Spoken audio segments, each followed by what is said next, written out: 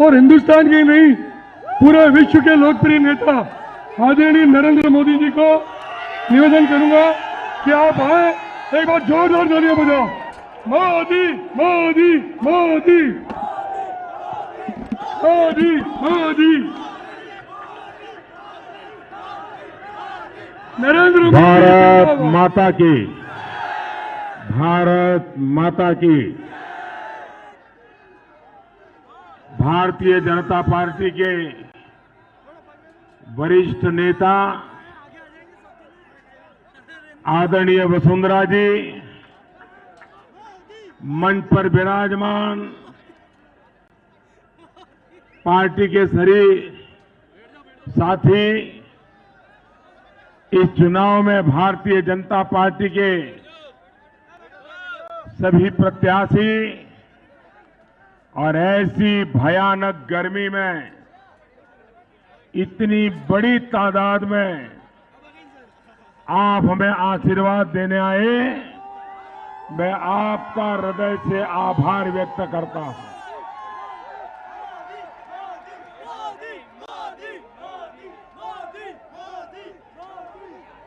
Air condition कमरों में बैठ करके जीत और हार के हिसाब लगाने वालों को पता नहीं चलता है कि ऐसी भयंकर धूप में, ऐसी भयंकर गर्मी में नया भारत बनाने के लिए किस प्रकार से लोग जुड़। जीत और हार के हिसाब लगाने वालों को पता नहीं चलता है कि ऐसी भयंकर धूप में, ऐसी भयंकर गर्मी में नया भारत बनाने के लिए किस प्रकार से लोग जुड़ रहे हैं, ये दिल्ली में एयर कंडीशन कमरों में पता नहीं चलता है। साथियों, मैं हिंदुस्तान में जहां जहां गया हूं, एक अभूतपूर्व लहर मैंने देखी है। चुनाव मैंने भी बहुत देखे हैं, चुनाव लड़ा भी हूं, चुनाव लड़वाए भी है, चुनाव प्रचार भी किया है और आपकी तरह कभी नीचे बैठ करके चुनाव अभियानों को देखा भी है। लेकिन इस बार मैं देख रहा हूं कि हिंदुस्तान का हर नागरिक इस चुनाव को अपनी जिम्मेवारी मान करके चल पड़ा है। एक एक हिंदुस्तानी इस चुनाव का सिपाही बन गया है। चुनाव कोई पार्टी नहीं लड़ रही है, उम्मीदवार नहीं लड़ रहा है, देश का उज्जवल भविष्य चाहने वाले हिंदुस्तान के नागरिक चुनाव लड़ रहे हैं। भाइयों,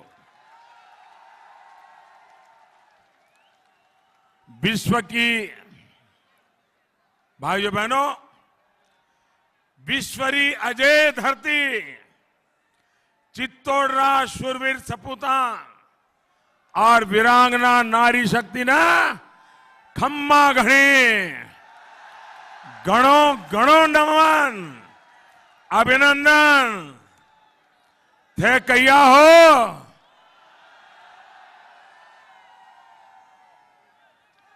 ये भारी जनसैलाब इस बात की गवाही है कि राजपूताना मेवाड़ का मूड क्या है। पूरे देश में जो लहर चल रही है वो राजस्थान में भी सामने दिख रही है। राजस्थान का एक एक साथी इस चौकीदार के साथ चट्टान की तरह खड़ा रहा है और इसलिए मैं आप सभी का आभार व्यक्त करता हूं। और आज मैं आपके बीच दो हाथ जोड़ करके आपका आभार धन्यवाद करना चाहता हूं। 5 साल आपने जो साथ दिया, समर्थन दिया, सहयोग दिया, वसुंधरा जी की सरकार ने जो साथ दिया, उसके कारण मुझे राजस्थान की सेवा करने का अवसर मिला। ये अवसर देने के लिए आज मैं आपका आभार व्यक्त करने के लिए आया हूं और साथ साथ और अधिक सेवा कर सकूं, इसलिए मैं आपसे आशीर्वाद मांगने के लिए भी आया हूं। देश को विश्वास है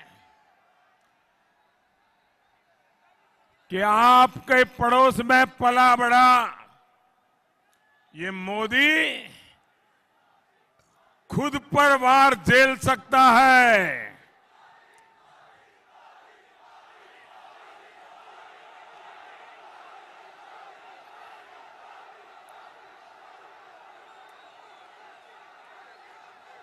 आपका ये प्यार, आपका ये उत्साह मेरी सर आंखों पर।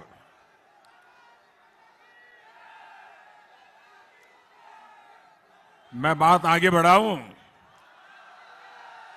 अगर आप इजाजत दें तो बढ़ाऊं।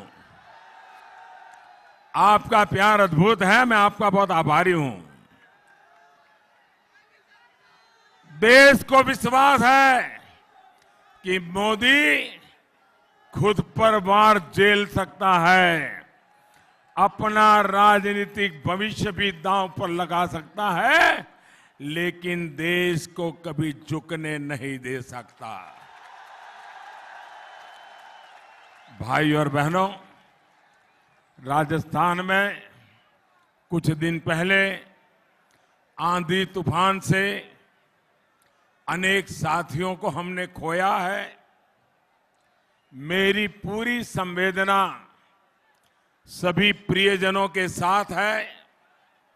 ये बहुत ही दुखद और मुश्किल घड़ी उनके लिए है। सरकार द्वारा हर पीड़ित परिवार को, प्रभावित सभी परिवारों के साथ दिल्ली भारतीय जनता पार्टी की सरकार, एनडीए की सरकार पूरी तरह उनके साथ खड़ी है। साथियों, आज राजस्थान की इस लोकसभा चुनाव में ये मेरी पहली जनसभा है और वो भी चित्तौड़गढ़ में मेवाड़ से शुरू हो रहा है और यहां से चित्तौड़गढ़ किले का विजय स्तंभ भी मेरे सामने खड़ा है। ये विजय स्तंभ हमें विजय भव के आशीर्वाद दे रहा है। भाइयों और बहनों, विधानसभा चुनाव के दौरान मैं मेवाड़ में अनेक बार आया था। आज मैं नए हिंदुस्तान, मजबूत हिंदुस्तान के लिए आपका आशीर्वाद लेने के लिए आया हूं।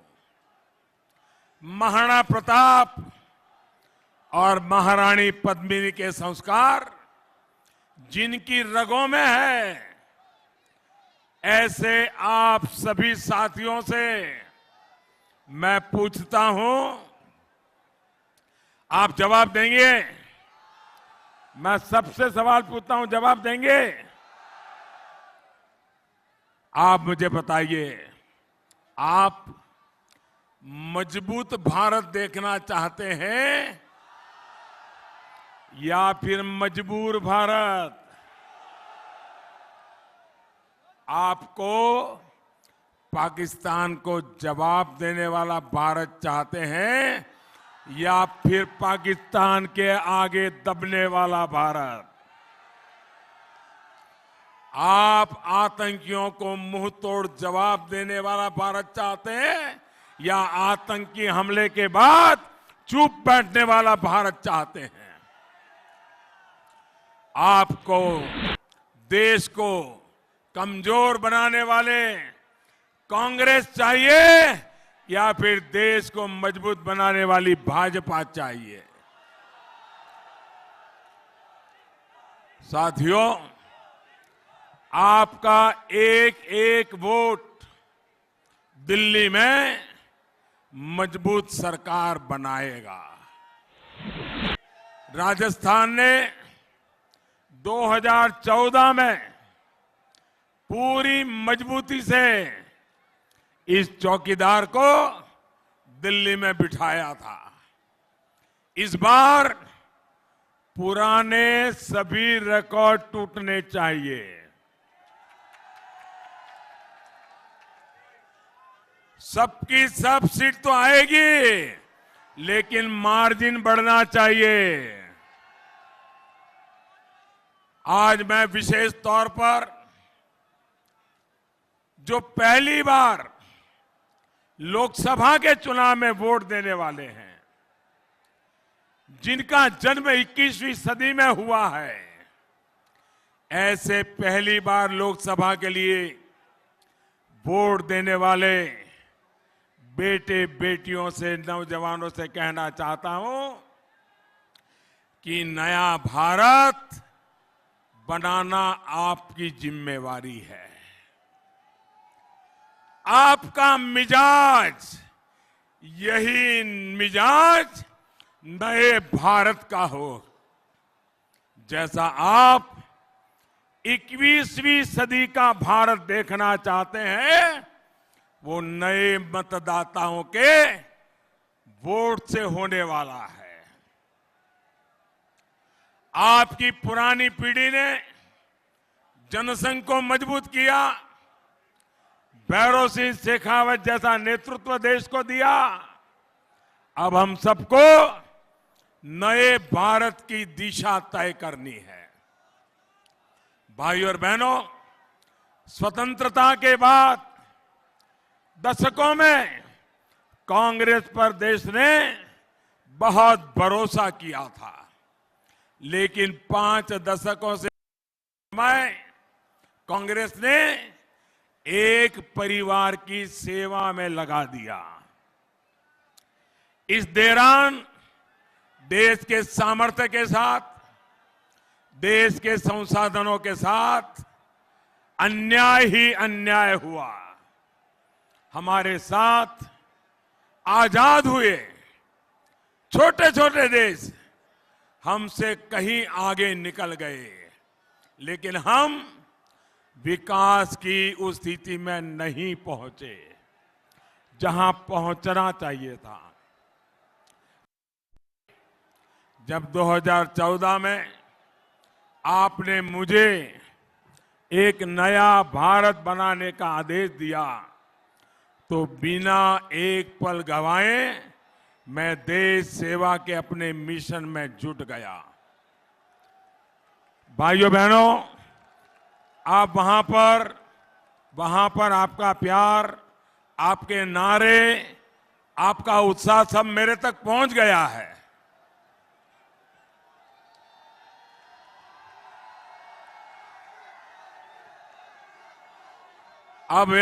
अब जितनी जगह है वहीं रुक जाइए। जगह कम पड़ गई है, आपको तकलीफ हो रही है, धूप में तपना पड़ रहा है, हमें क्षमा कीजिए, लेकिन आप शांत रहिए।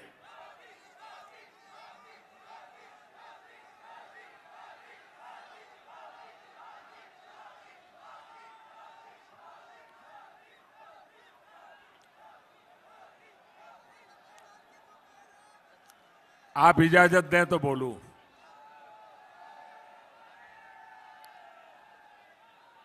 इतना प्यार करोगे, इतना प्यार करते हो, फिर चित्तौड़गढ़ छोड़ने का मन ही नहीं करेगा।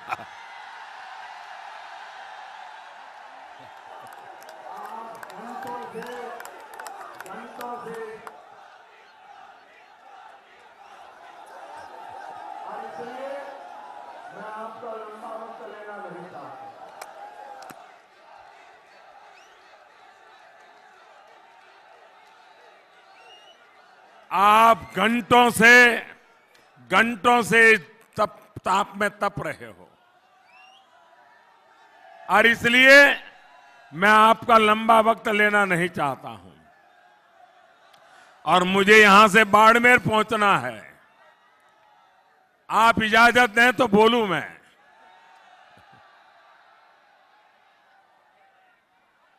थोड़ा उत्साह बचा के रखिए, अभी आपको चुनाव तारीख तक चलाना है।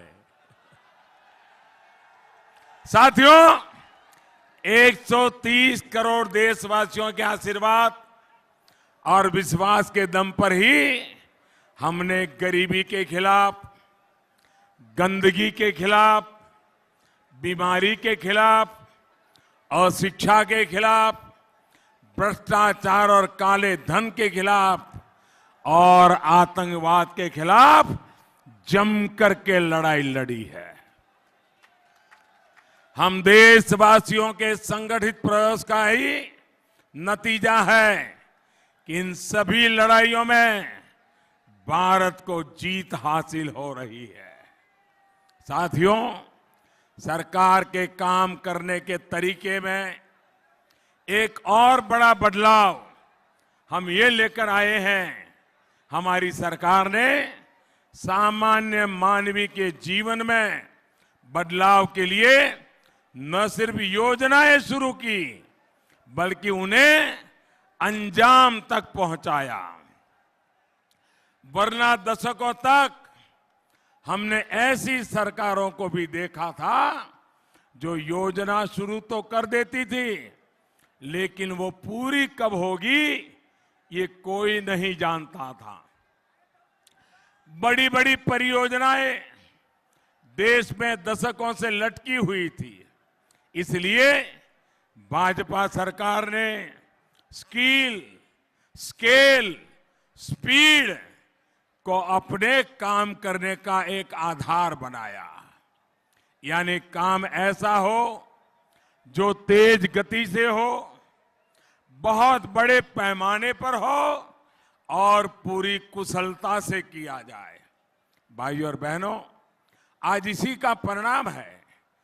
हर रोज ये आंकड़े सुनकर के अनेकों को आश्चर्य होगा। मैं आज एक दिन के काम का हिसाब देता हूं और जब सांवरिया सेठ के चरणों में बैठा हूं तो उसमें पाई पाई के हिसाब का महत्व होता है, पल पल के हिसाब का महत्व होता है। तभी तो सांवरिया सेठ की याद आती है। और इसलिए मैं भी हर शाम, हर दिन का हिसाब लेकर के सोता हूं, पूरे देश का हिसाब लेकर के सोता हूं भाई। और इसलिए मैं आज चित्तौड़ की धरती से एक दिन में क्या कर रहा हूं इसका हिसाब देना चाहता हूं। ये मैं सिर्फ एक दिन के सारे आंकड़े बताने वाला हूं। आज 5 साल में क्या किया आप जोड़ देना, आपको आश्चर्य होगा। और पल भर के लिए आप सोचिए कि आप एक दिन में कितना काम करते हैं, आपको पता चलेगा काम कैसे हो रहा है। हर रोज प्रधानमंत्री उज्ज्वला योजना के तहत लगभग 70,000 बहन बेटियों को मुफ्त गैस कनेक्शन मिल रहा है। ये मैं हर दिन की बात कर रहा हूं। हर रोज सौभाग्य योजना के तहत लगभग 50,000 घरों को बिजली कनेक्शन दिया जा रहा है। हर रोज जन धन योजना के तहत 2 लाख से ज्यादा गरीबों के बैंक अकाउंट खोलने का हमारा रेट रहा था। हर रोज मुद्रा योजना के तहत 1 लाख से अधिक उद्यमियों को बिना बैंक गारंटी लोन दिए गए हैं। हर रोज प्रधानमंत्री आवास योजना के तहत 11,000 से अधिक घर बन रहे हैं और उसकी चाबी सौंपी जा रही है।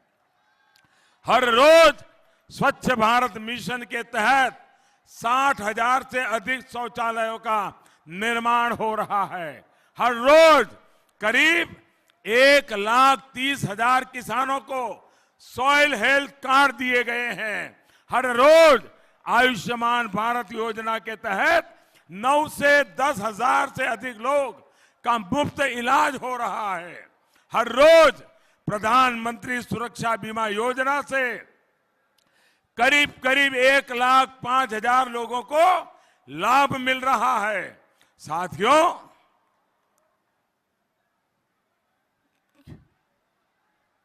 दिमाग छटपटा गया ना? ऐसे भी आंकड़े हो सकते हैं क्या? ये हमारे देश में आज हो रहा है दोस्तों। आपको सुनकर के गर्व हुआ कि नहीं हुआ? मोदी को आशीर्वाद देने का मन कर गया कि नहीं कर गया? जी भर के आशीर्वाद देने का मन कर गया कि नहीं कर गया? भाइयों बहनों, ये ऐसी सरकार है जो पल पल का पाई पाई का हिसाब दे करके जनता का विश्वास जीतती रहती है। साथियों, जब स्पीड और स्केल से विकास के काम होते हैं तब इसका लाभ समाज के हर वर्ग को मिलता है। तब देश अपने सामर्थ्य के साथ, अपने संसाधनों के साथ न्याय कर पाता है। लेकिन क्या हम विकास की इस गति से संतुष्ट हैं? जी नहीं। मोदी संतुष्ट होकर के सोने वालों में से नहीं है।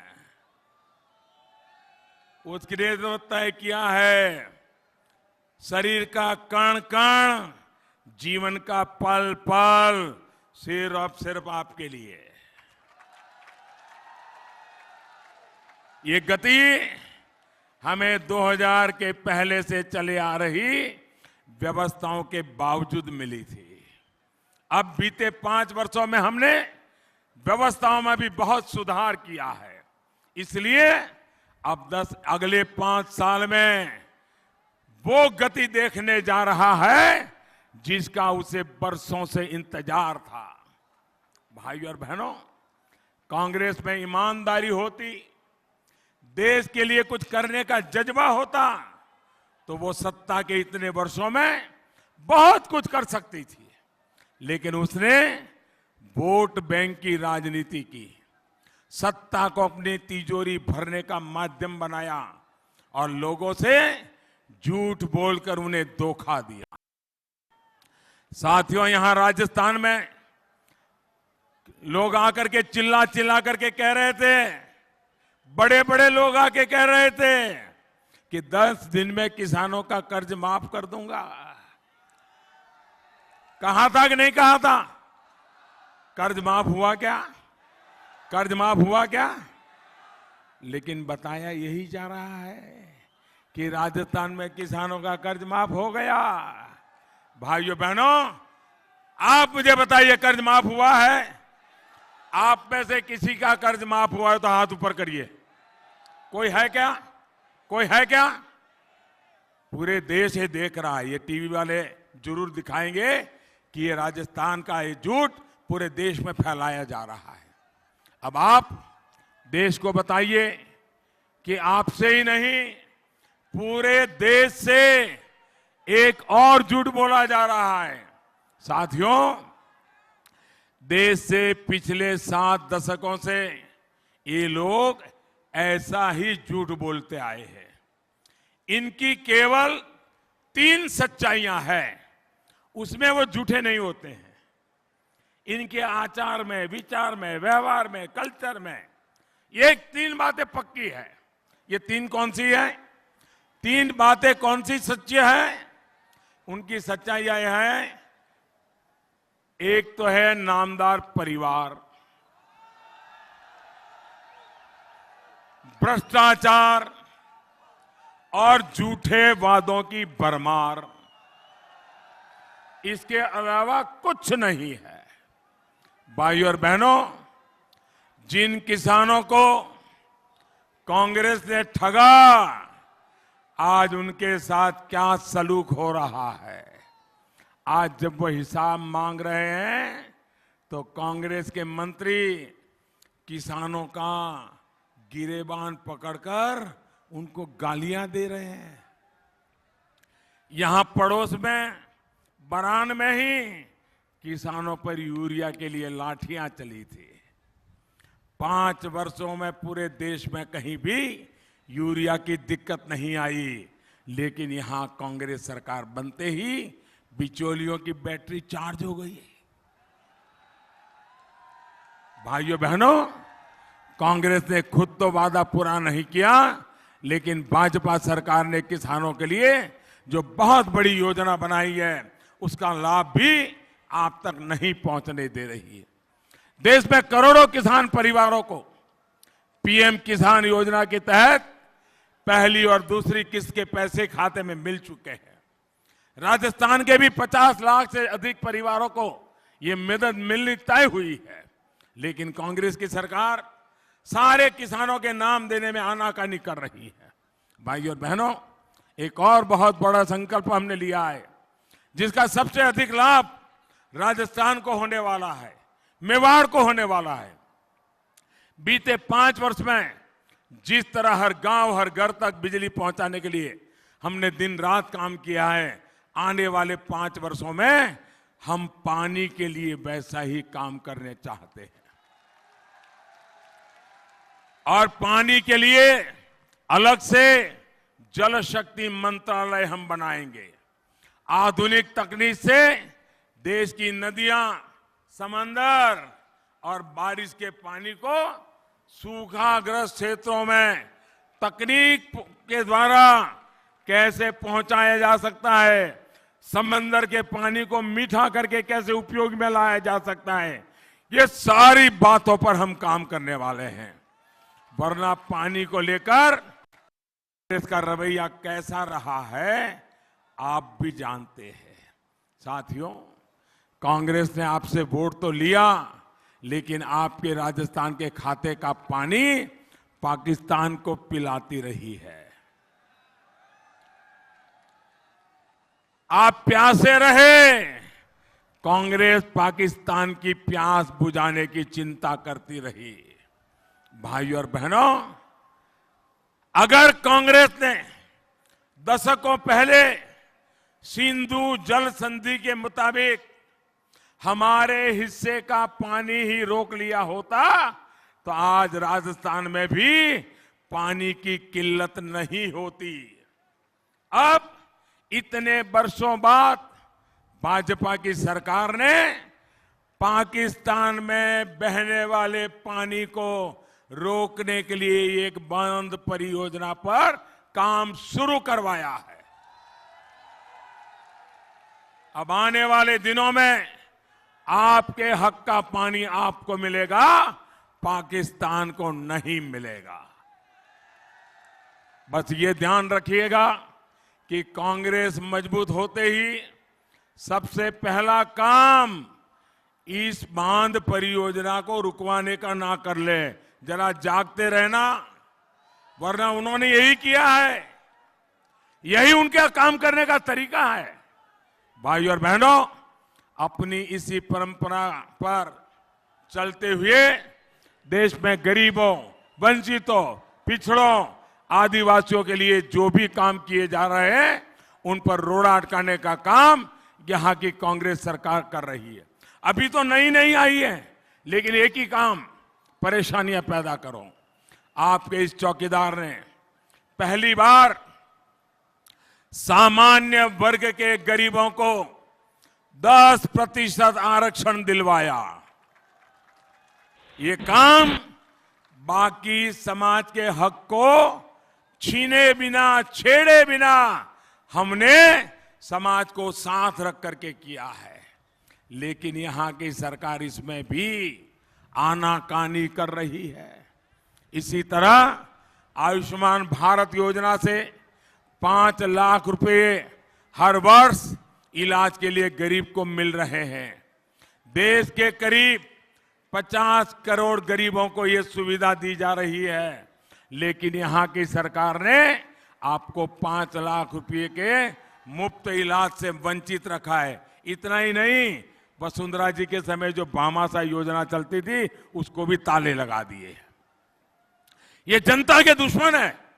भाइयों और बहनों, जो वोट के लिए गरीबों के स्वास्थ्य से खिलवाड़ कर सकते हैं, वो देश का क्या भला करेंगे, आप सोच सकते हैं। साथियों, आपका ये चौकीदार देश की रक्षा के साथ साथ हमारे वीर वीरांगनाओं के संस्कारों में भी, रक्षा में भी जुटा हुआ है। वरना कांग्रेस ने तो उन्हें इतिहास से मिटाने की भी पूरी तैयारी कर ली थी। आपका ये चौकीदार ऐसा नहीं होने दे सकता। इसी सोच के साथ महाराणा प्रताप के नाम पर डाक टिकट जारी किया गया। इसके अलावा वीर भूमि चित्तौड़गढ़ एक्सप्रेस और प्रतापगढ़ में महाराणा प्रताप बटालियन भी उनके शौर्य का प्रतीक है। हमारी आस्था के केंद्र भगवान सावरिया सेठ के मंदिर को भी सजाने संवारने का काम आज भारत सरकार कर रही है। देश की संस्कृति से लेकर देश के विकास के जुड़ी परियोजनाओं तक हम सभी चौकीदारों को, कांग्रेस और उसके साथियों को उसकी रक्षा करनी है। भाइयों बहनों, मैं अपनी बात समाप्त करने से पहले आज जब मैं राणा प्रताप की धरती से राजस्थान के चुनाव प्रचार को आरंभ कर रहा हूं, लेकिन उस बीच जब मैं यहां आ रहा था तो आज जानकारी मिली कि हमारा मित्र देश, हमारे पड़ोस में श्रीलंका में आतंकवादियों ने अनेक बम धमाके किए और बम धमाके चर्च में हुए, होटलों में हुए। आज पूरे विश्व में ईस्टर का पवित्र पर्व मनाया जा रहा है। प्रभु यीशु के शांति के संदेश को दुनिया आत्मसात करने के लिए आज पूजा पाठ करती है, बड़ी श्रद्धा के साथ संकल्प करती है। निर्दोष लोग आज चर्च में प्रार्थना कर रहे थे, ईस्टर का पर्व मना रहे थे, दिव्यात्मा की अनुभूति कर रहे थे। उसी समय इन नराधम आतंकवादियों ने सैकड़ों की तादाद में छोटे छोटे बच्चों को, बहनों को, माताओं को, भाइयों को श्रीलंका के हमारे पड़ोस में आतंकवादी ने खूनी खेल खेला, निर्दोषों को मार दिया। भाइयों बहनों, आतंकवाद कितना भयंकर है, हर दिन दुनिया में कहीं ना कहीं धरती को खून के रंग सा रंग दिया जाता है। आज श्रीलंका में जो कुछ भी हुआ है, श्रीलंका वासियों के प्रति भारत पूरी मजबूती के साथ खड़ा है। ऐसी संकट की घड़ी में भारत श्रीलंका की जो भी मदद कर सकता है, हर मदद के लिए तैयार है। इस संकट की घड़ी में, इस पवित्र अवसर पर भगवान में लीन लोगों ने अपने स्वजन खोए हैं, उनके प्रति भी, उनके परिवारजनों के प्रति मैं मेरी संवेदनाएं प्रकट करता हूं। भाइयों बहनों, आप सब जब वोट देने जाएंगे, कमल के निशान पर बटन दबाएंगे तो मन में ये भी तय करिए कि आप बटन दबा रहे हैं आतंकवाद को खत्म करने के लिए।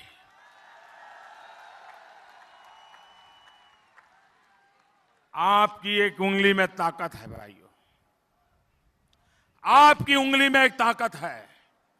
आप कमल के निशान पर बटन दबाओगे, आतंकवाद के खिलाफ लड़ाई की मुझे ताकत मिलेगी। आप मुझे बताइए, आतंकवाद खत्म होना चाहिए कि नहीं होना चाहिए? नेस्त नाबूद होना चाहिए कि नहीं होना चाहिए? चुन चुन करके साफ होना चाहिए कि नहीं होना चाहिए? कौन कर सकता है ये काम, बताइए? मोदी के सिवाय कोई नाम दिखता है? मोदी के सिवाय कोई नाम दिखता है? आपको बता दीजिए, कोई कर सकता है क्या? ऐसे लोगों के हाथ में आप अपनी जिंदगी दे सकते हो, अपने बच्चों की जिंदगी दे सकते हो, अपने परिवार की जिंदगी दे सकते हो, हमारे राजस्थान की जिंदगी दे सकते हो, हमारे हिंदुस्तान की जिंदगी दे सकते हो। भाइयों बहनों, इस बार जब कमल के निशान पर बटन दबाओगे ना, तो आपके भीतर एक नागरिक की सजगता तो है, पर वीर सैनिक की सजगता भी होनी चाहिए, जो देश के लिए वोट डालता है, देश के उज्जवल भविष्य के लिए डालता है। दल से बड़ा देश होता है भाइयों, और इसलिए देश के लिए वोट डालना है। और मैं आपको विश्वास दिलाता हूं, आप जब कमल के निशान पर बटन दबाएंगे ना, आपका वोट सीधा सीधा मोदी के खाते में जाएगा, सीधा सीधा मोदी के खाते में जाएगा। भाइयों बहनों, आप मेरे साथ एक संकल्प लेंगे, पूरी ताकत से लेंगे।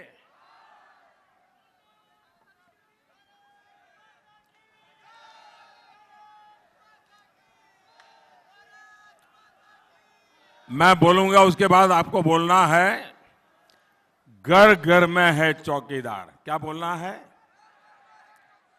जरा जोर से बोलो, उधर से भी आवाज आनी चाहिए। इधर बड़े बड़े लोग बैठे हैं, लेकिन बोलो जरा, जरा इधर वाले भी बोलना भाई, जरा हाथ ऊपर करके बोलना। इधर बोलेंगे आप, इधर भी, यहां पीछे भी, जो धूप में है वो भी। आपको बोलना है, घर घर में चौकीदार। क्या बोलना है? क्या बोलना है? बोलेंगे, भ्रष्टाचारी होशियार, भगोड़े पे कानून की मार, बंद वो कालो कारोबार, देशद्रोहियों पे कड़ा प्रहार, आतंक पे हो रियो आखिरी वार, दुश्मन हो जा खबरदार, घुसपैठियां भागिया सीमा पार, टूटेगा जात पात की दीवार, वंशवाद की वेगा हार, दागदार पे भारी कामदार। मेरे साथ बोलिए, भारत माता की, भारत माता की, भारत माता की। बहुत बहुत धन्यवाद।